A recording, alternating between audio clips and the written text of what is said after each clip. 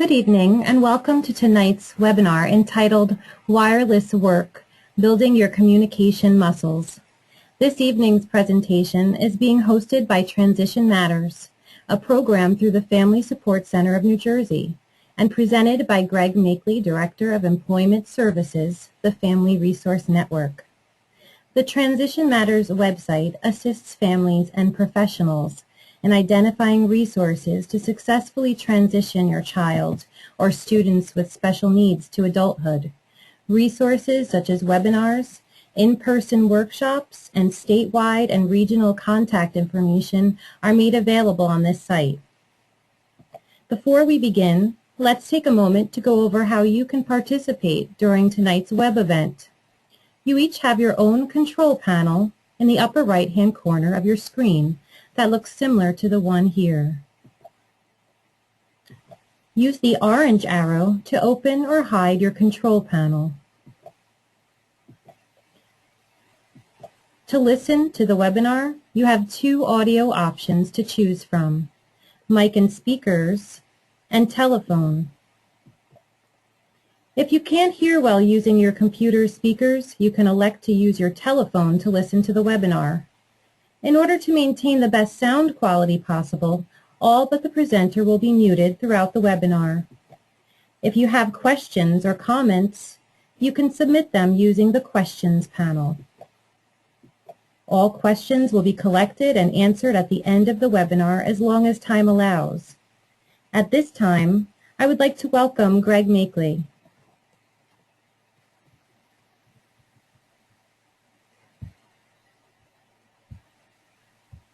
Well, good evening. I'm trying to take over. Do I have control of the screen? There we go. You should now, Greg. I will now. Thank you. Sorry. That's okay. Well, good evening. Thank you for spending part of your evening with me tonight.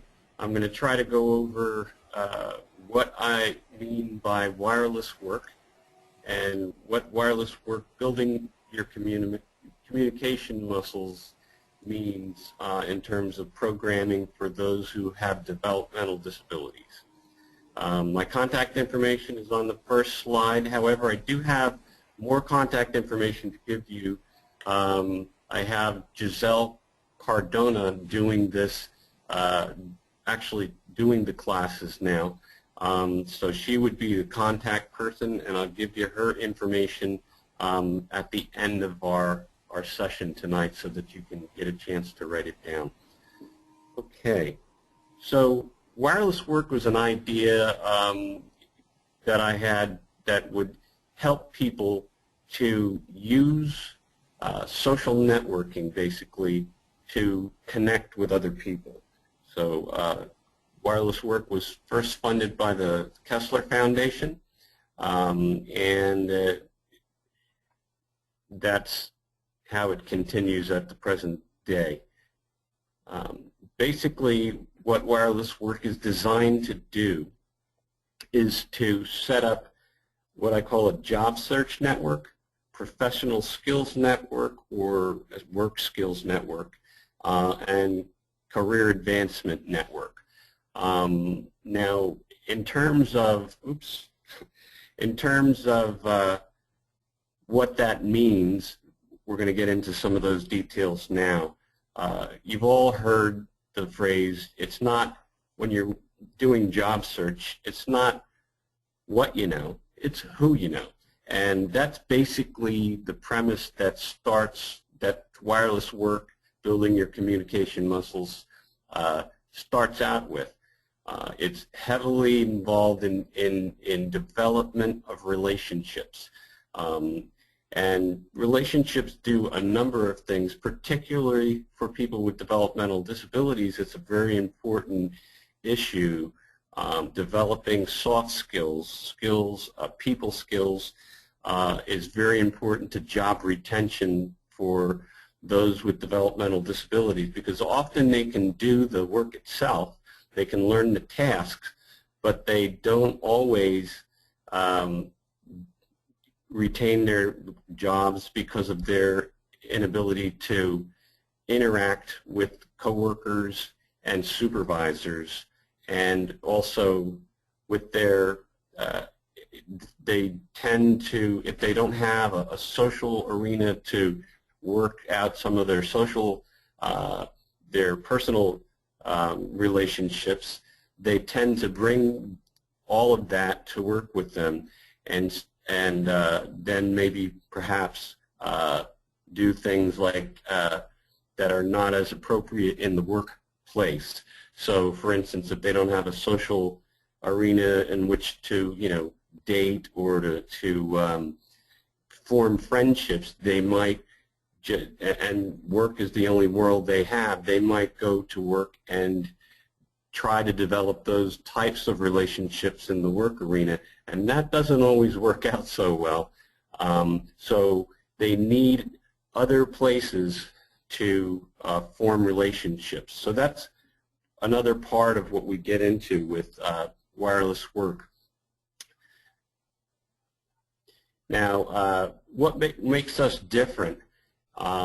As I mentioned, we do use relationships to get where we're going. If you're familiar with the job market the way it is, you can access jobs online, you can submit applications online now, and all of that.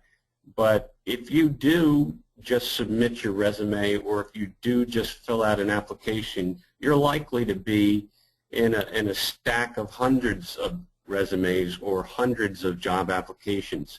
And so you need something, all of us need something to distinguish our application or our job resume from the others, okay? Because HR departments are there to screen out people so that they can limit the pile that they have to go through in terms of interviewing and selection process. So the first thing they're going to do, they're going to be the gatekeeper, and most applications or resumes don't get past that gatekeeper. They don't even make it past that. So what we do with wireless work is to develop relationships that will with people that are already in the companies or at the places of work that we're seeking to get the job at. Okay, so and I'll develop that a little bit more as I go. Let me just take this to the side so I can see more of my screen. There we go. So so the relationships are the key to getting past these HR barriers. And so what we do in wireless work is to, this is not moving. I don't know why my screen is frozen. There we go. So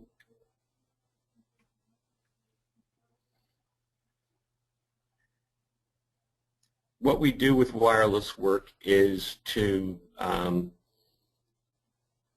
start particularly with those with developmental disabilities in the building your communication muscles. Let me get outside of my PowerPoint for a second and show you.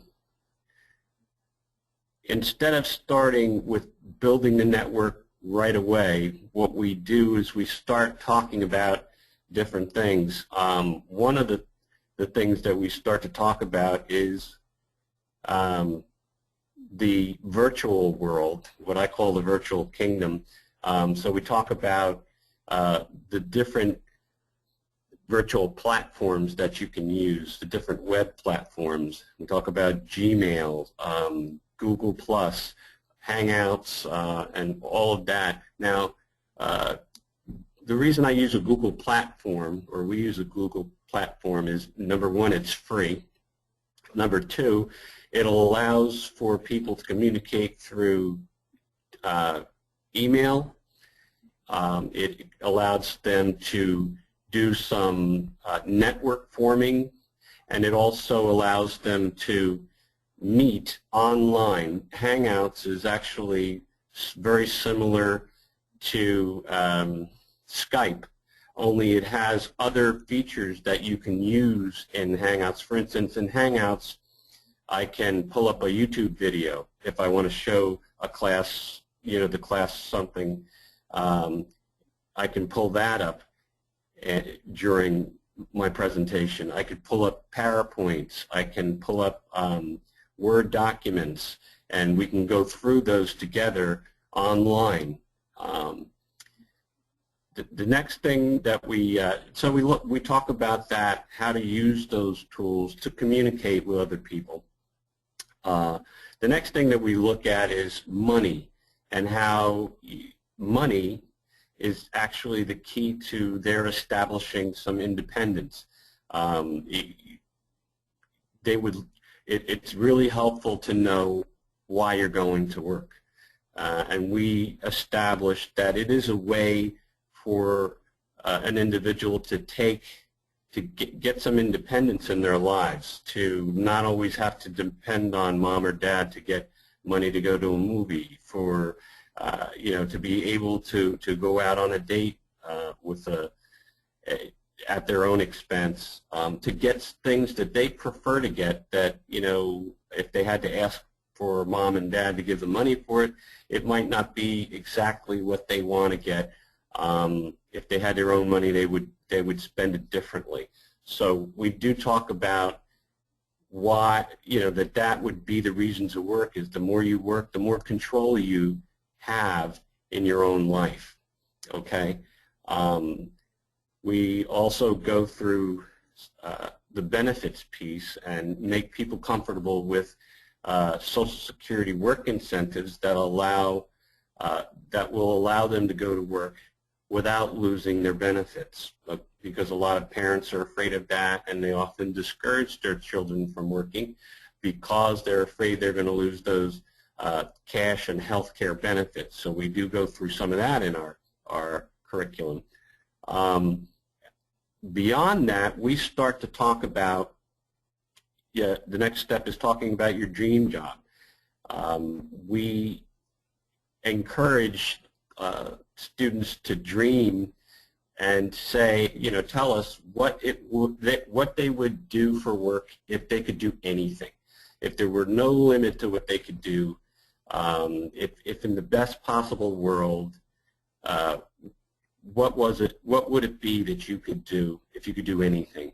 And so, for instance, I will have somebody say, well, I want to be a professional baseball player. Now, I played baseball pretty well, but even I could not be a professional baseball player. And not many people can. However, I can work in a baseball stadium. I can work in the environment, and in that environment, for instance, a Blue Claws stadium, to stay local with this, offers a variety of opportunities to work. I could be a ticket taker. I could be someone who cooks in the concessions. I can pour beer. I can be a maintenance person to clean up after games. I can be a groundskeeper, part of groundskeeping staff. So now that's not being a professional baseball player, but that is getting that person into that environment. So you would be much more likely to want to keep that job, and much more motivated to do a good job in a place that you really wanted to be. The same goes for someone who said, well, I'd like to be a doctor. Well, maybe you can't be a doctor, but you can work in a hospital, or either in a maintenance field, or in an office shredding paper. It could be anything. But at least you're in the hospital environment, and that gives you a connection to that job that may motivate you to do better and to stay longer in that particular place of employment. So we do talk about that, the job opportunities that exist that you might not think about. So we use dreams and branch off from there to develop someone's interest and get them thinking in those directions and looking at that. Now, the next thing that we do is critical, and this is part of the regular wireless work curriculum, which is finding out who it is that you have already in your life, the relationships you already have. And that could be family, that could be friends, any relatives. And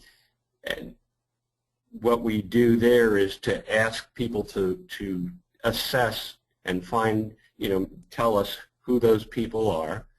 And for instance, we'll ask them to choose three people. And we ask them to tell us what they start out knowing about those people, and what they really, and we show them what they might not already know about those individuals. So we show them, and then we show them how to get that information. So doing informational interviews, even with your mother, your brother, your sister, or your aunt, or uncle, they all have, parts of their lives that you're not aware of. And you may not know, for instance, where they work. You may not know what they do in their spare time, and so you can then start to use those relationships you already have to create relationships that might avail you of a job opportunity. So if I'm interviewing Uncle Frank and I realize he works at the local supermarket and he's a manager there, or he could be the butcher there. If he's there in that environment and there's a job posting that comes up, Uncle Frank is likely to see that job posting long before it even hits the papers or goes online. So I'll have, I might get to that opportunity faster. Also, if I develop my relationship with Uncle Frank, he might, even before they have an opening, I might get an opportunity to do an informational interview in his store and interview someone else that he knows there. I can develop that relationship to a point where Uncle Frank becomes my eyes and ears in that particular supermarket.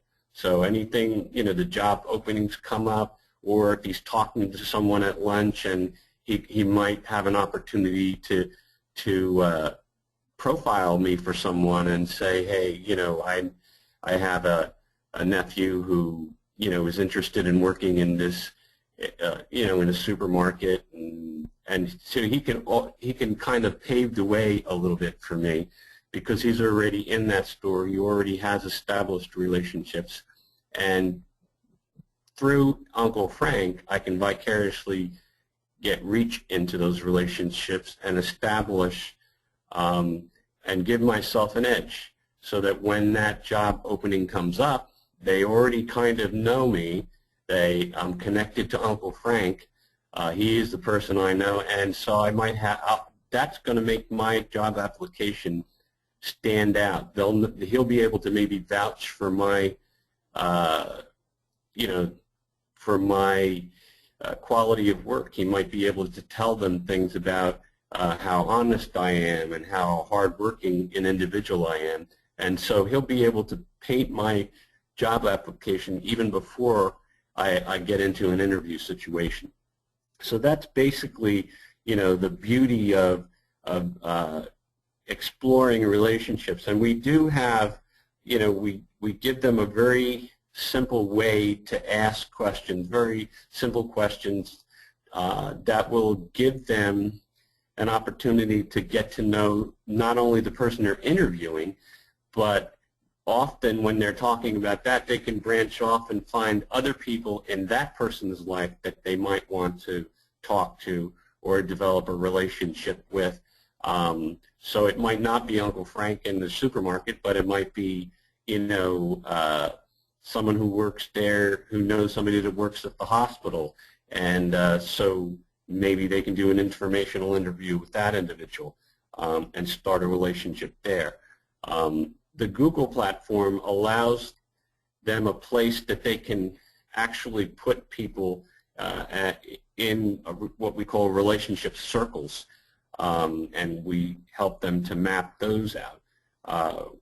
when we help them to find a goal. What is the goal for each of the 3 relationships you choose? And then we help give them steps to find steps to reach those goals in those relationships. It might be that I just interview somebody. It might be that I find someone else in another department of the person that I know and try to start relating with that individual. So whatever the goals are, we would follow up to make sure that those are being reached. So we target relationships, we establish goals for those relationships, and we use, we introduce other social networking platforms, for instance, Facebook. We tell them, what Facebook is limited to, or what you can use it for, and and then we talk about LinkedIn and what that's used for, and Google+, and we point out the differences and the advantages and disadvantages of each of those platforms. And those are all with a view to marketing yourself. So we'll tell people how to carefully craft their Facebook page so that they're not so that if an employer looked at it, they wouldn't be unhappily surprised at something that was posted there. So it helps their profile to stay non-offensive in any way. And with LinkedIn, we talk to them about the need to develop those relationships, or it's a way of contacting people without having to involve any of your personal life in that.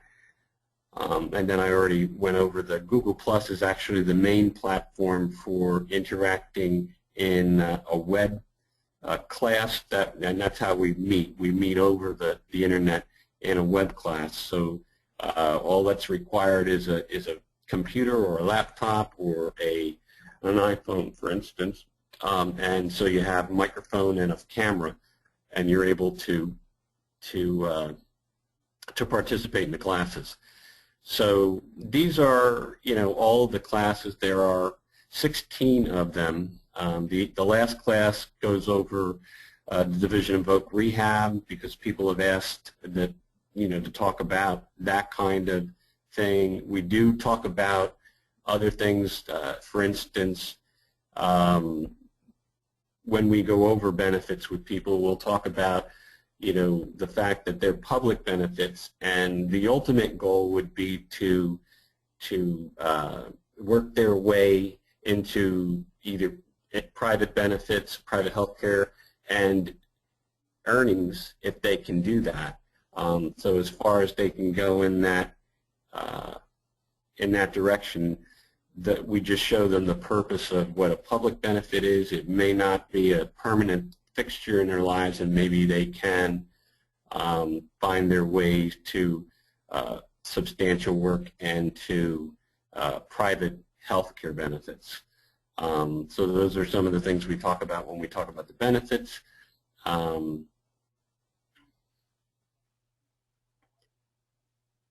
We talk about the importance of developing your social network, why it's important to have one so that you keep your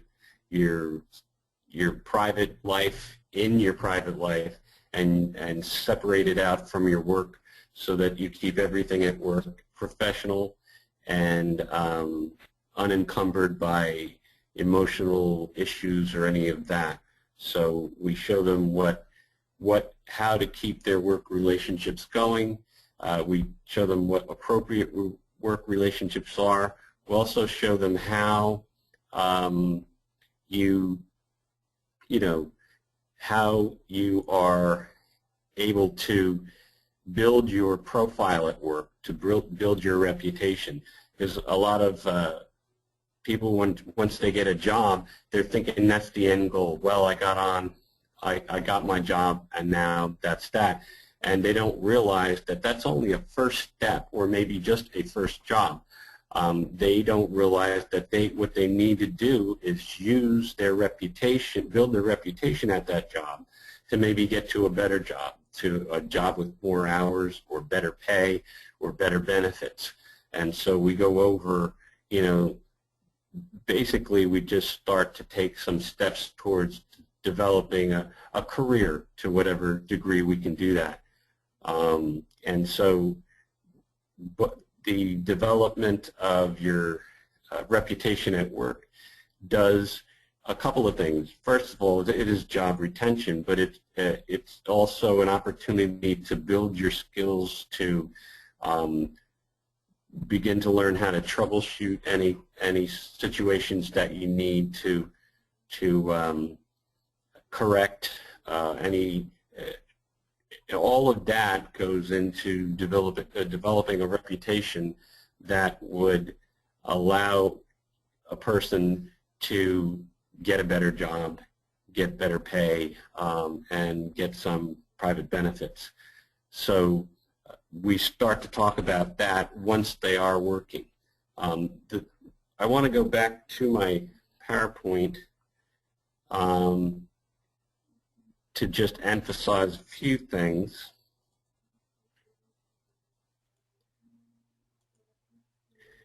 So, basically we're building roads and bridges past HR practices. Now, wireless work is not a placement program per se. It follows the adage, instead of fishing for someone, you're teaching them how to fish. So what we're doing in wireless work is asking them to invest themselves in the process so that they're learning how to find themselves the job. So they're not relying on your traditional job coach who would come in, or employment specialist to come in and do the work for them, place them, and then try to fade from that situation. What we're trying to do is establish relationships so that they can find their own work. So we're teaching them how to find work on their own without finding it for them. So what we're doing is helping them to find out how to develop those relationships, how to use the relationships they have available to them to find other relationships and to find key relationships that will establish them in a place where they may be able to find work.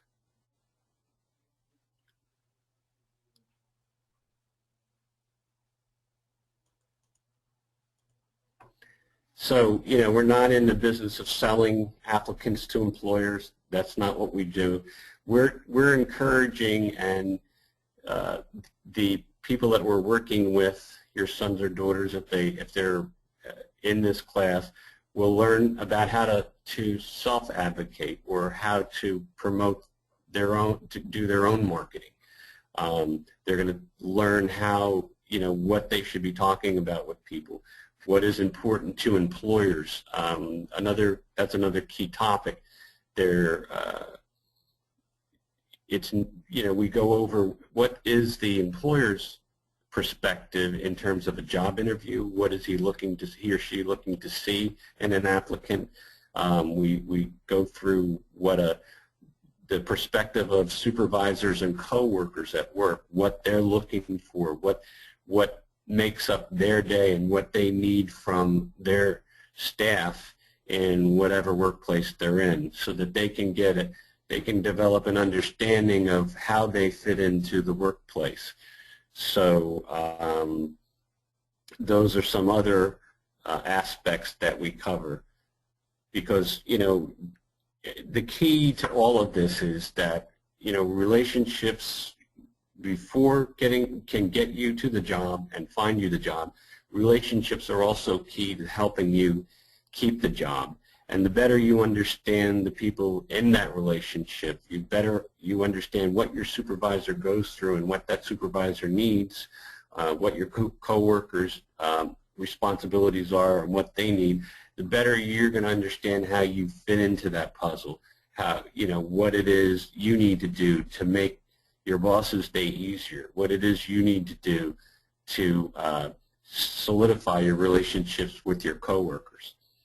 Okay, so we try to use the development of relationships to help them to see beyond themselves.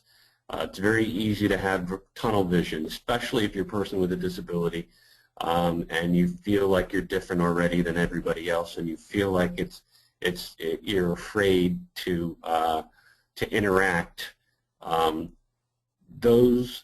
We then give that individual a perspective of those people around them and try to give them awareness of what the other folks are going through, so that they can understand, you know, if their boss is stressed, this is why they need so many things done that day, and you want to make that, you want to reduce that boss's stress and help him to reach his goals. And so we talk about your functioning at work, how your relationships work there.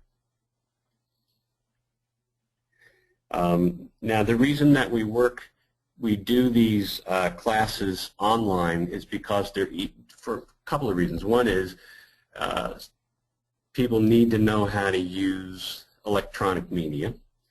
Another reason is it's fun. A third reason is it's a lot easier to have regular meetings. You don't have to worry about the transportation piece. You don't have to worry about weather. So the classes can be a lot more consistent. The other thing is that we can do a lot more. We can do a lot more in the presentation and itself if we're in the electronic on the electronic platforms. We can change it up. We can make it really interesting. We can use films and videos. The other thing is that we can interact with the people. So it's not just that you're watching a video or you're watching a presentation. You're actually able to, students are actually able to interact with the instructor. So if they have a question, they can just ask their question right there online with that professor, and everyone else in the class can hear both their question and the answer that is given to them in that situation. So everybody benefits. And so we're going to encourage people in that situation to develop their own groups and to meet, to talk about things. So back to my original grouping, we were talking about establishing a job search network. Those are the relationships we're going to use to find jobs. There's going to be a skill development network. Those are the relationships that we would use to increase our skill level and to troubleshoot issues that we have on a job. So if I'm having an issue, I don't necessarily have to struggle through it right there on the job that day. I can, go to my network and discuss it with them and find ways that it would be a peer group, and find ways that they may have dealt with similar issues. I used to run a job club years and years ago, and it was very successful. The whole reason it was successful was that I encouraged people to give their, if they were having trouble at work or whatever, but they overcame that trouble, they could share with the class how they did that. They could also just say they were having a problem, and we could all discuss how you could deal with that problem. So it was a support group, really.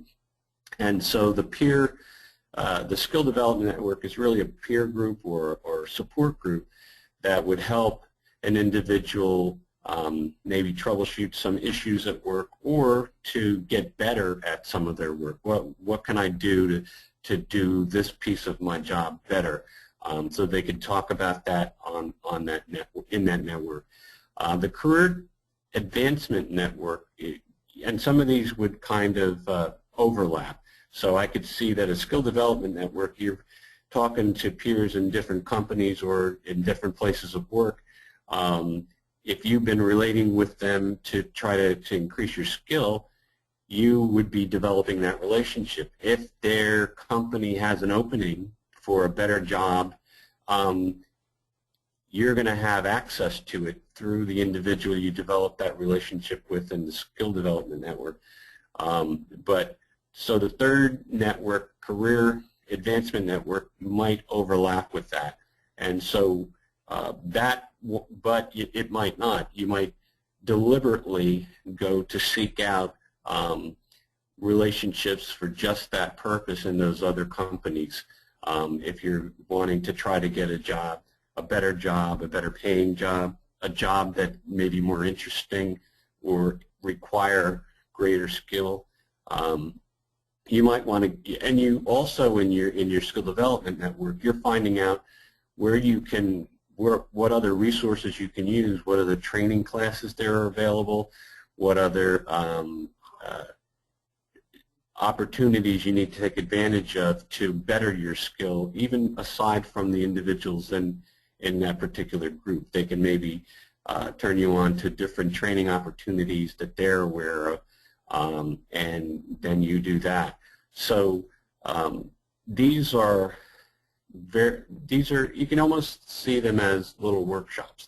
There's the job search network is a workshop in learning to develop relationships with people and using those relationships to get somewhere. The second, the skill development, is now you're using those new relationships in a new way by, they're all work-centered relationships, so that you're going to be talking about what you're actually doing at work. And then the third one would be, using the present job to get to a better job, to start a career ladder going. So that's basically where we're going with wireless work. It's a way to sort of get wired into a network of individuals that can help you to bypass HR, to overcome issues you might be having at work, so that you're not alone. You may be the only person at that work that does that type of function, but you can develop a support group of people who do that in other places, and so you can work out things without having to take the time at work to do that. So that is pretty much my presentation. I apologize if it was a little jumbly. Hopefully it was understandable enough. Does anyone have any questions about wireless work, building your communication muscles? Yes, Greg, this is Yvonne, and we did have some questions that came through. Thank you again for sharing your information with us. So the first question is, how can I help my adult child get through the interview process successfully if she lacks communication skills? Well, those are some of the things that we would talk about. We would look at how a person, we would talk about things like eye contact. We would talk about things like facial expressions. We would talk about what the function of his or her function would be in an interview. What an employer is looking for. So if someone is having difficulty in communication, what we could also do is, do some mock interviews and things like that, and give individuals tips as to, overcoming if they're shy and if they're looking down. We'll talk about, eye contact with the people that they're talking to. If they're, going into a room to meet the interviewer, we'll want them to extend a hand and greet that person with a smile. So, I mean, there are little things. In terms of someone who really has communication difficulties, we could also have them develop a relationship with someone who can maybe assist them in that process, in the actual interview. And that we've done in the past in terms of job coaches and whatnot. So someone who has a severe deficit in terms of communicating, we're going to try to get as far as we can before encouraging them to enlist other support. Thank you so much, Craig. And that leads me to the next question, actually. Is there a particular agency or organization that can help advocate for my son to get promotions in the workforce and advance his skills long after participating in the wireless work program? Well, if wireless work does its job correctly, we're going to teach your son or daughter how to do that for themselves. It's better in as far as if they can do it for themselves, if they can learn these skills, they're going to be able to do it. They're going to be self-advocates.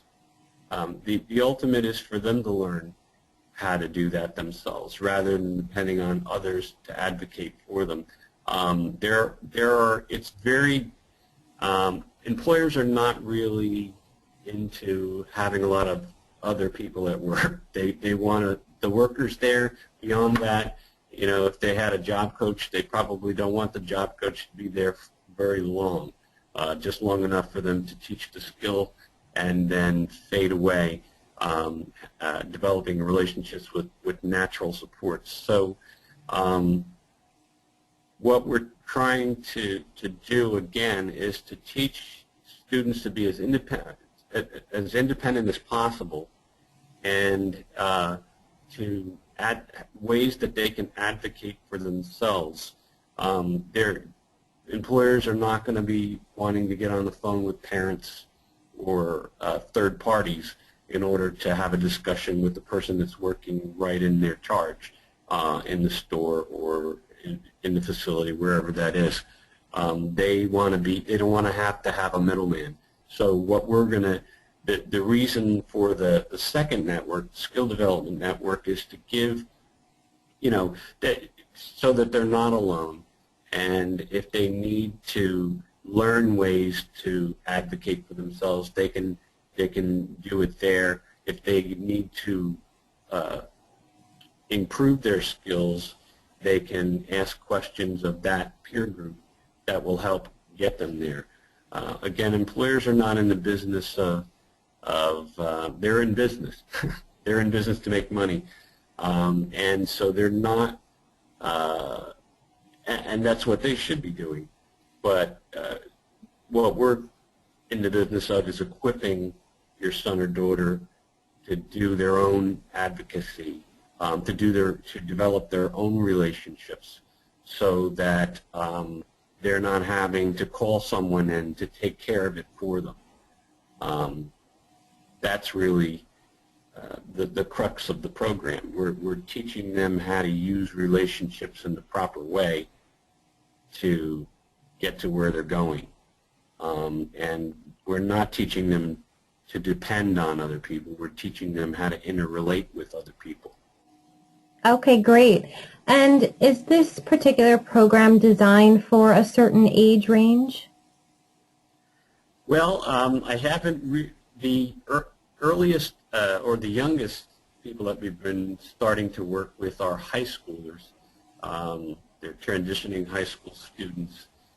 They seem to be the most interested in the program for a number of reasons. One is they're probably more familiar with electronic media. And another is that's the whole issue for them in life, is how are they going to transfer what they're doing from school to work? How do they make that transition? Or school to continuing education, whatever it is. They're going to need to develop skills that they don't presently, and relationships that they don't presently have. So so they're probably the youngest. You could I could envision that someday you could start younger, but I think the high schoolers would be the youngest at this point. They would certainly understand enough to be able to grasp the concepts that we're trying to teach. And you can be a lot older. I'm not I don't think an old dog can't learn new tricks. So I think that if you're an older adult and you still have the desire to work, even you can still be able to learn how to improve your relationship skills to get there. Okay. So I would take anything from high schoolers up. Okay, great. And is there any financial responsibility on the part of the individual interested in the program, or is this a funded program? This is a funded program. It's not, there's no, at the present time, there's no fee for the program. If that changes in the future, I'll get that information out there. But right now, it doesn't cost anything for anyone. And it's really brand new, and the people participating in it have an opportunity to add to the improvement of the program as well. So if we find something's not working right, or if we find there's a better way to communicate a particular concept, we're going to be relying on those participants in the program to give us the feedback to make those improvements. So it's kind of exciting. It's we're at a point where we can the participants themselves will even have an influence on future programs. Wonderful. And Greg, I believe that was the last question that we had time for. Is there anything else that you wanted to add before we conclude tonight's presentation? Yes, actually I'm going to add that the person who I have running this now is Giselle Cardona. She can be reached by calling one of our offices. I'm trying to think. I have to get her. Let me get her work cell number really quickly here, because Giselle is not always. Her job requires her to be in different locations, so she does have a work cell, and that's often the best way to reach her. So I'm going to call this up on my cell, and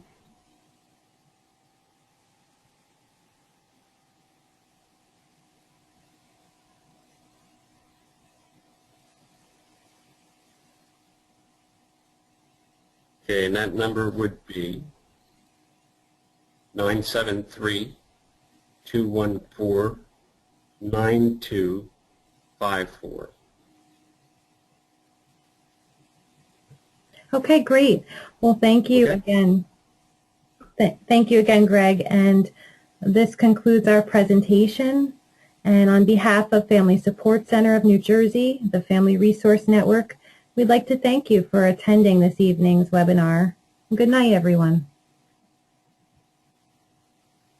Good night, Greg. Thank you. Okay, good night.